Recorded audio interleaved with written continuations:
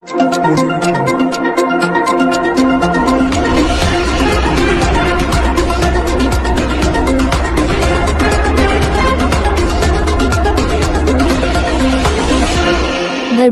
Gang का सरगना अब्दुल रहमान गिरफ्तार, खुद हिंदू से बना था मुस्लिम। एक युवती भी कराई मुक्त। आगरा पुलिस ने धर्मांतरण गैंग के मुख्य सरगना अब्दुल रहमान को दिल्ली से गिरफ्तार किया है।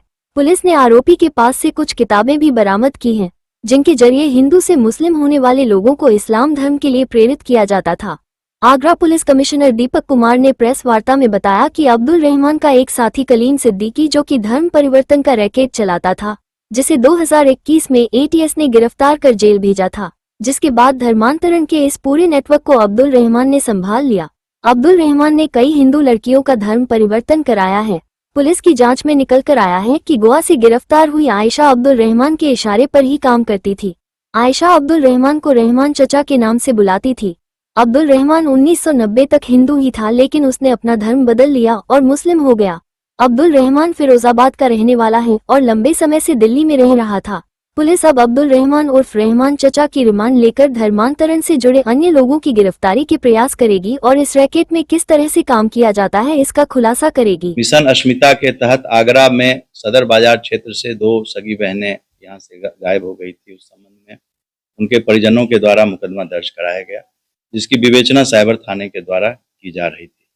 विवेचना के क्रम में आज इसका एक महत्वपूर्ण अभियुक्त, जिनका नाम अब्दुल रहमान है, उसको पुलिस ने दिल्ली से गिरफ्तार किया, जो नॉर्थ ईस्ट दिल्ली के दयालपुर थाना के अंदर।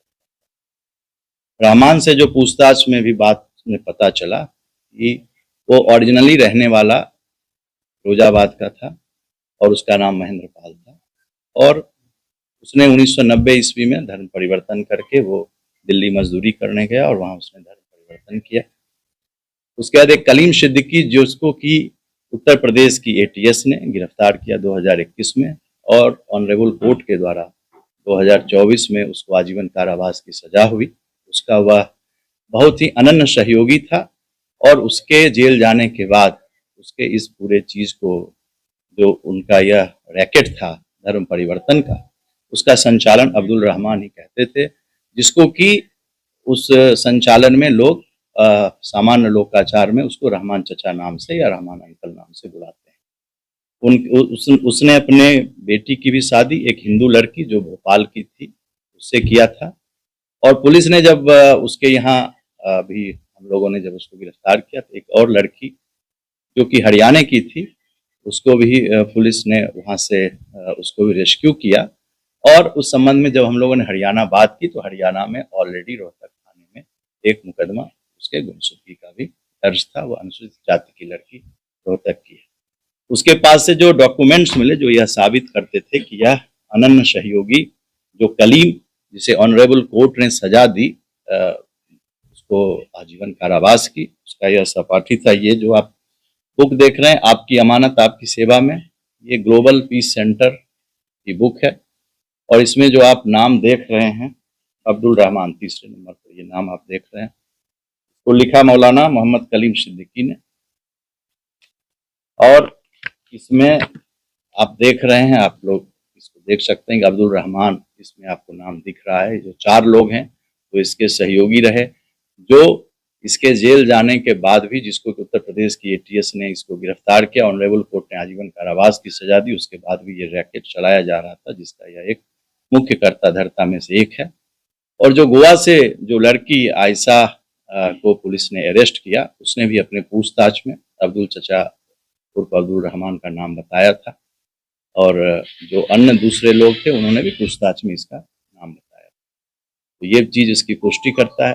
उसके घर से जो डॉक्यूमेंट्स प्राप्त हुए, जो किताबें प्राप्त हुई धर्म परिवर्तन की, उसमें एक ये किताब मिली, दूसरा जो मैंने आपको दिखाया, दूसरा ईश्वर और सृष्टि श्रेष्ठ कौन, तीसरा इस्लाम और बहुजन समाज, चौथा धर्म परिवर्तन कैसे करें, इसके क्या रूल है। इसके अलावा उसने बातचीत में 2 और किताबों का जिक्र किया, और उसमें उसने तुलना की कि क्या है धर्म परिवर्तन, क्यों करना चाहिए, इसके बारे में प्रचार प्रसार। इस तरह से ये एक इम्पोर्टेंट कैच है हमारा। अब इसको हम लोगों के द्वारा भी गिरफ्तार किया गया। इसके बाद पूछताछ की जाएगी, ऑनरेबल कोर्ट में हम लोग पेश करेंगे इसको, और कोर्ट से हम लोग इसके लिए भी पुलिस कस्टडी रिमांड की कोर्ट से हम लोग डिमांड करें। कहा जाए कि अब्दुल रहमानी इस पूरे गैंग का मास्टरमाइंड गैंग है। ये निश्चित रूप से अब्दुल रहमान इस धर्म परिवर्तन से जुड़ा हुआ जो यह गैंग है उसका एक मुख्य कर्ता धर्ता है। और जो मैंने आपसे कहा कि कलीम जो शाहीन बाग का रहने वाला था और जिसको उत्तर प्रदेश ATS ने अरेस्ट किया था, उसका यह अनन्य सहयोगी था। और जो कि इसके किताबों से और इसके प्रचार की जो सामग्री मिली उससे स्पष्ट रूप से पता चला है। इससे अभी हम लोग सघन पूछताछ करेंगे, उसके बाद और भी चीज़ें जो हैं वो हम बताएंगे। सारे पत्रकार साथियों से मैं कहना चाहता हूं कि प्रत्येक दिन अब हम 4 बजे शाम में, आप लोगों को कोई दिक्कत नहीं हो तो एक बुलेटिन, न्यूज बुलेटिन हम इसके संबंध में जो भी जानकारी होगी इसके संबंध में हम लोग ऑडियो विजुअल दोनों रूप में, प्रेस नोट के रूप में भी बता देंगे।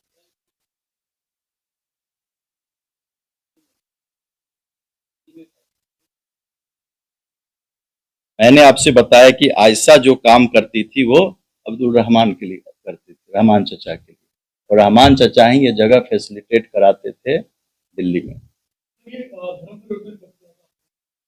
90 में।